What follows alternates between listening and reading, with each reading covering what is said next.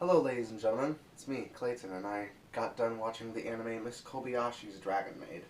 Now if you don't know this, one of my favorite anime studios throughout the entire Japanese anime industry is Kyoto Animation.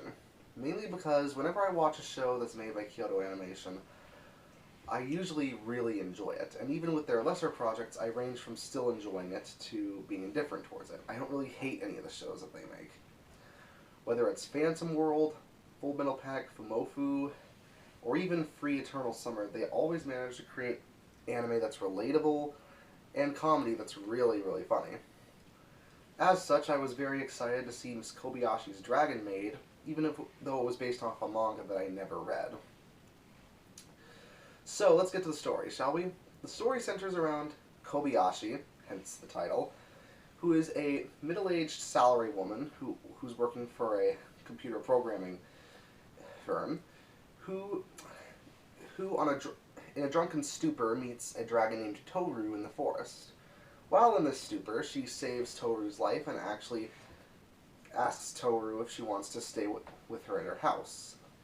So, the next day, the dragon Toru arrives at her home, dressed up as a cute maid, to service her new master. A master who has no memories of ever inviting her.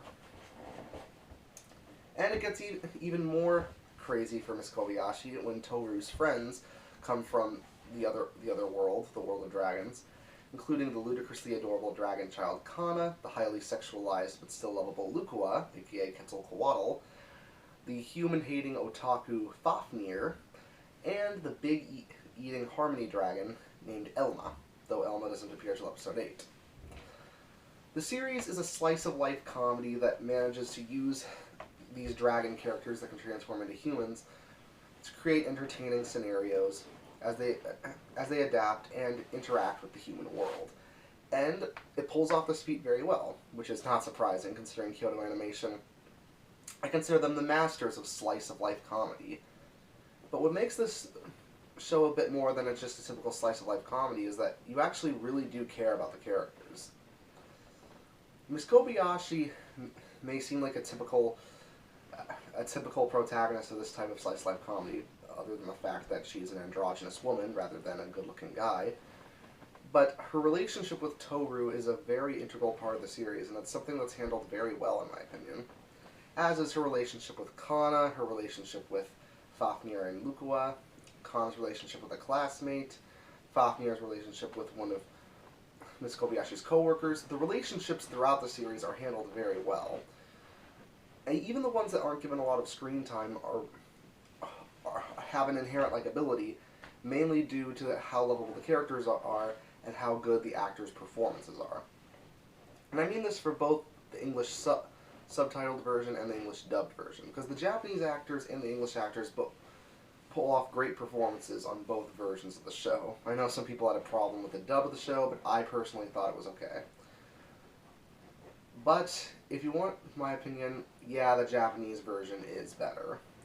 Mainly because the voice for Kobayashi is done in a more androgynous, deep voice that really fits her character and also makes her heartwarming moments all the more heartwarming. Don't get me wrong, Leah Clark does a good job as Miss Kobayashi too, but sometimes the original version is just too good to ever be topped. Now, in terms of the animation, I always said Kyoto Animation knew how to take comedy and they know how to animate it, and this is no exception here. The character designs are very well handled, as they're all unique and different from each other, even though Toru and Lukua are more than a bit busty, but hey, this is a slice-of-life comedy anime. I can live with that. And other than that, even when the animation's generally good throughout, but there are several scenarios involving action scenes, yes there are a couple of those, where the animation really gets to shine. Even if it's just an excuse for Kyoto Animation to show how much they can do with their animation, it's still a real joy to watch. And it shows you how much pride those animators put into their craft.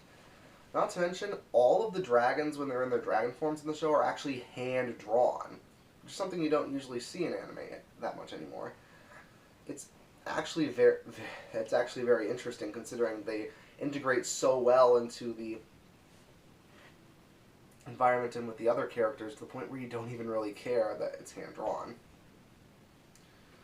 So, after 13 episodes of the show, and after being with these characters for so long, every episode really builds up on top of each other, but not in a way that has really an overarching plot, more in the sense that these characters tend to go further and further along in their relationships, and it feels like a very naturally flowing story.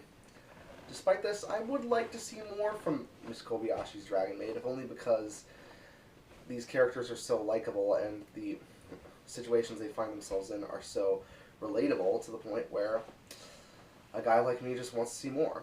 Now, one of the only flaws I have with the show is that there are some moments where they use some sexual humor that doesn't really work, especially involving Kana, and in one case, Lukua and a literal Shotokan boy, whose name is literally Shota. Yes, they are trying to be self-aware. That sexual humor doesn't really work, and it comes across as more creepy than actually funny. But that's only a tiny part of the series, and after a while they stop using those kind of jokes. So overall, this is a very well-handled show, one of the best comedies of the season, and if Kyoto Animation wants to adapt more of the manga, I'd love to see them do it. So I give Miss Kobayashi's Dragon Maid a 9 out of 10. See you next time.